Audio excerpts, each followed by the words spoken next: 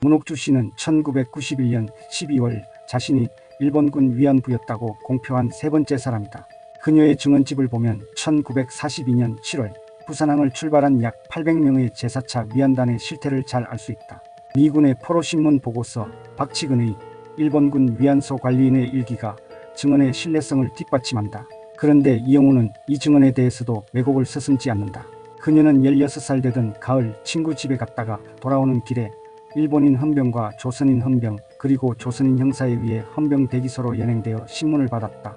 그 다음날 문옥주는 소녀 한 명과 함께 아카스키라는 이름의 열차를 타고 신의주를 거쳐 만주 북부동안성에 도착했다. 연행된 위안소는 민가로 20명 정도의 젊은 조선인 여성이 있었다. 주인은 60세 정도의 조선인 남자였다. 매일 울면서 20에서 30명 정도의 일본군 병사를 상대해야 했다. 그런데 이영우는 문옥주가 끌려간 것은 헌병에게 연행된 것이 아니며 어머니나 오빠의 승낙으로 주선업자에게 끌려간 것이며 문옥주는 거짓말을 하고 있다고 했다. 그러나 오빠가 기생이 되려는 것을 반대했으며 일본인 가정의 아이 돌보미로 가는 것도 어머니가 반대한 것, 태국에서 어머니에게 5천엔을 송금한 사실 등으로 보면 그녀의 증언이 사실일 가능성이 더 높다. 만주의 위안소에 관한 몇 가지 연구와 증언을 종합하면 만주 관동군은 1940년대 초부터 조선 여성을 납치하거나 속여 연행하는 수법으로 군 위안소의 위안부로 삼은 사실을 확인할 수 있다. 문옥주가 끌려간 위안소는 조선 독립군과 싸우는 최전선이었다. 그녀는 만주에서 1년 정도 위안부 생활을 강요당했다. 그러다가 어머니가 아파 간병해야 한다며 헌병에게 부탁하여 기차 승차 증명서를 가까스로 받는다. 한국으로 돌아오던 도중에 다시 만주로 끌려갈 위기에 처했지만 헌병에게 필사적으로 매달려 그 헌병의 집에서 일주일 정도 개인적인 위안부를 하고 나서야 겨우 고향으로 돌아올 수 있었다. 대구로 돌아온 문옥주는 다시 기생일을 시작했다. 노래와 춤에 재능이 있었던 문옥주가 돈을 벌 수 있는 수단은 그것밖에 없었기 때문이다. 그런데 1942년 7월 일본군의 군식당 군속으로 지원하라는 권유에 따라 군속 복무를 하게 된다. 당시 일본군 군속은 국가공무원으로 봉급이 괜찮았고 이를 그만둔 후에는 연금도 나와 사람들이 부러워하는 직업이었다.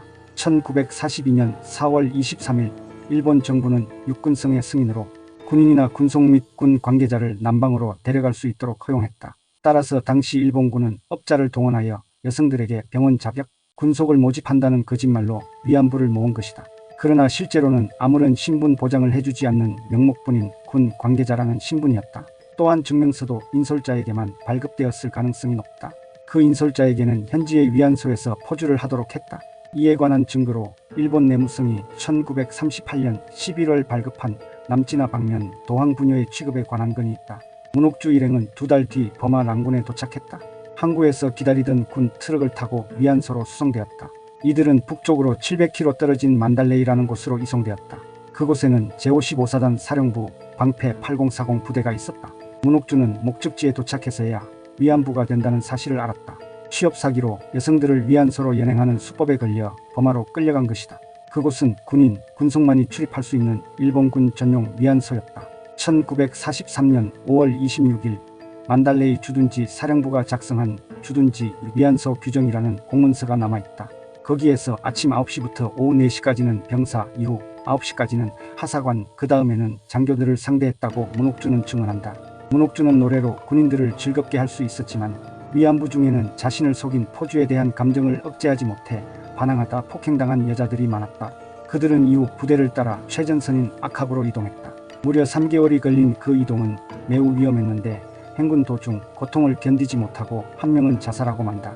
처녀 공추를 피해 자매가 다락방에 숨어 있다가 경찰에 끌려왔는데 동생이 자살한 것이다. 시체를 강가로 끌어올려 기름을 부어 태웠다. 언니가 미친 듯이 울었다. 우리도 모두 울었다. 또 문옥주와 친했던 아캄이라는 여성은 결핵으로 죽었다. 하사관의 명령으로 그녀가 시체를 불에 태웠다. 시체 타는 냄새 때문에 문옥주는 그 후 몇 년간 구운 고기를 먹지 못했다고 한다. 그러나 이영우는 위안소의 이러한 불행한 사건이나 위안부들의 지옥 같은 생활은 전혀 쓰지 않았다.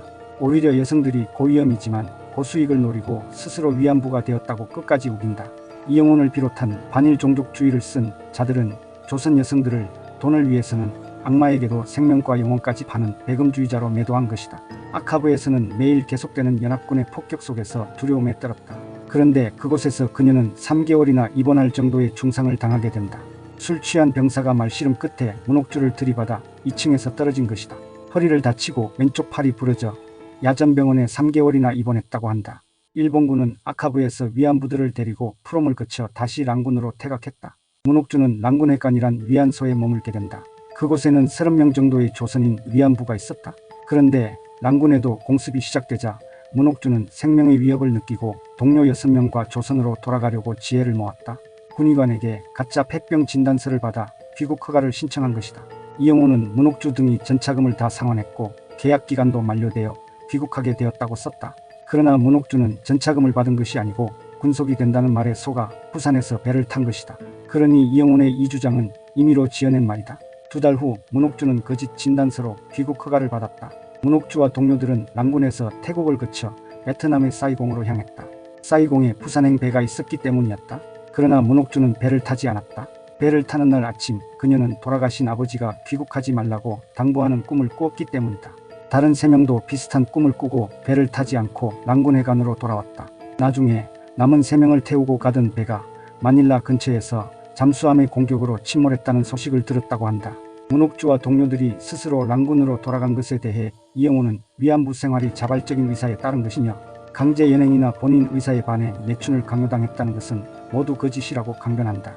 문옥주 일행은 랑군으로 돌아가다가 일본 해군 비행기 조종사를 만나 랑군 해관으로 돌아갈 증명서를 부탁했다. 해군 군인들은 증명서를 조건으로 2주일 동안의 위안부 역할을 강요했다고 한다. 이를 보면 당시 일본군 위안부가 자유의사로 위안부를 개업하거나 폐업할 수 있는 상황이 아니라는 것을 알 수 있다. 그런데도 이영호는 위안부를 자발적인 직업이라 왜곡하고 있다.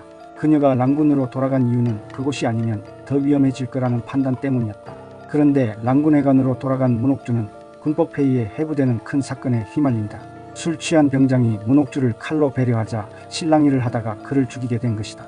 일본군 병사가 조센진, 조센비라고 조롱한 것에 분노하여 항의하면서 일어난 사건이었다. 이에 대해서도 이영호는 위안부들이 우리도 일본인이다. 창녀가 아니다.